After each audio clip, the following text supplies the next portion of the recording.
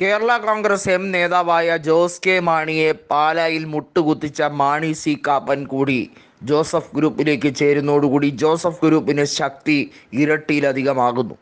തീർച്ചയായും മധ്യ തിരുവിതാംകൂറിലെ നിർണായക ശക്തി എന്ന രീതിയിലും കോട്ടയത്തും ഇടുക്കിയിലും അവർക്ക് ആധിപത്യമുണ്ട് എന്നതുകൊണ്ടും ജോസഫ് ഗ്രൂപ്പിന് ഇനി യഥേഷ്ടം സീറ്റുകൾ കൂടുതൽ ചോദിച്ചു വാങ്ങിക്കാം എന്ന രാഷ്ട്രീയ രീതിയിലേക്ക് മാറുകയാണ്.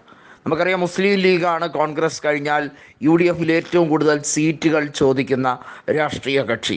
സ്വാഭാവികമായും അവരുടെ വിന്നബിലിറ്റി എന്നത്, അവരുടെ സ്ട്രൈക്ക് റേറ്റ് എന്ന് പറയുന്നത് 80% മേളിലാണ്. കഴിഞ്ഞ നിയമസഭാ തെരഞ്ഞെടുപ്പിലും അവർക്ക് 18 MLA-മാരെ ജയിപ്പിക്കാൻ കഴിഞ്ഞു എന്നത് വാസ്തവമാണ്. അത്രയേറെ അവർക്ക് രാഷ്ട്രീയത്തിൽ പ്രതികൂല കാലാവസ്ഥയിലും പിടിച്ചു നിൽക്കാൻ കഴിയുന്നുണ്ട്.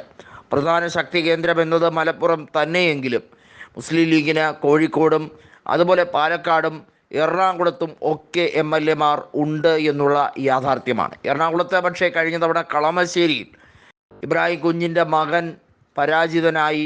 അത് മന്ത്രിയായിരിക്കുന്ന ഇപ്പോഴത്തെ മന്ത്രിയായ പി രാജീവിനോടാണ് പരാജയപ്പെട്ടത്. എന്നാൽ പോലും മുസ്ലിം ലീഗിന് പല ജില്ലകളിലും അവർക്ക് MLA-മാരുണ്ട്. കണ്ണൂരിൽ അഴീക്കോട് KM ഷാജി പരാജയപ്പെട്ടതും അതുപോലെ തന്നെ കോഴിക്കോട് പരാജയം സംഭവിച്ചതുമൊക്കെ എടുത്തു പറഞ്ഞാൽ ലീഗിന് പിന്നോട്ട് അടിക്കുന്ന സാഹചര്യം ഉണ്ടായിട്ടുണ്ട്. എന്നാൽ ജോസഫ് ഗ്രൂപ്പ് കുറച്ചുകൂടി കരുത്താർജിച്ചുകൊണ്ട്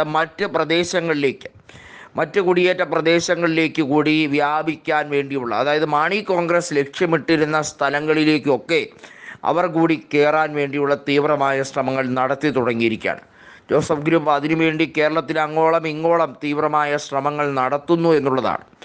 ഇടുക്കിയിലും കോട്ടയത്ത് മാത്രമായി ഒതുങ്ങി നിൽക്കേണ്ട കാര്യമില്ല എന്ന് ജോസഫ് ഗ്രൂപ്പ് നേതാവായിട്ടുള്ള മോൻസ് ജോസഫ് കൂടി വ്യക്തമാക്കുമ്പോൾ കളി കാര്യമായി മാറുന്നു എന്നുള്ളതാണ് വാസ്തവം.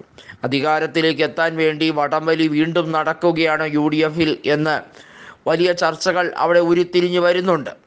കോൺഗ്രസിനെ സംബന്ധിച്ചിടത്തോളം ഏറ്റവും വലിയ ഒറ്റകക്ഷി UDFിൽ എന്ന രീതിയിൽ നോക്കുമ്പോൾ മറ്റുള്ള പാർട്ടികളെ സംതൃപ്തരാക്കി മുന്നണിക്കുള്ളിൽ നിർത്തേണ്ടതിൻ്റെ കൂടി ഭാരിച്ച ഉത്തരവാദിത്തം ഈ ഒരു സാഹചര്യത്തിൽ അവർക്കുണ്ട് താനും. അതിനെ അവർക്ക് തിരസ്കരിക്കാൻ കഴിയില്ല.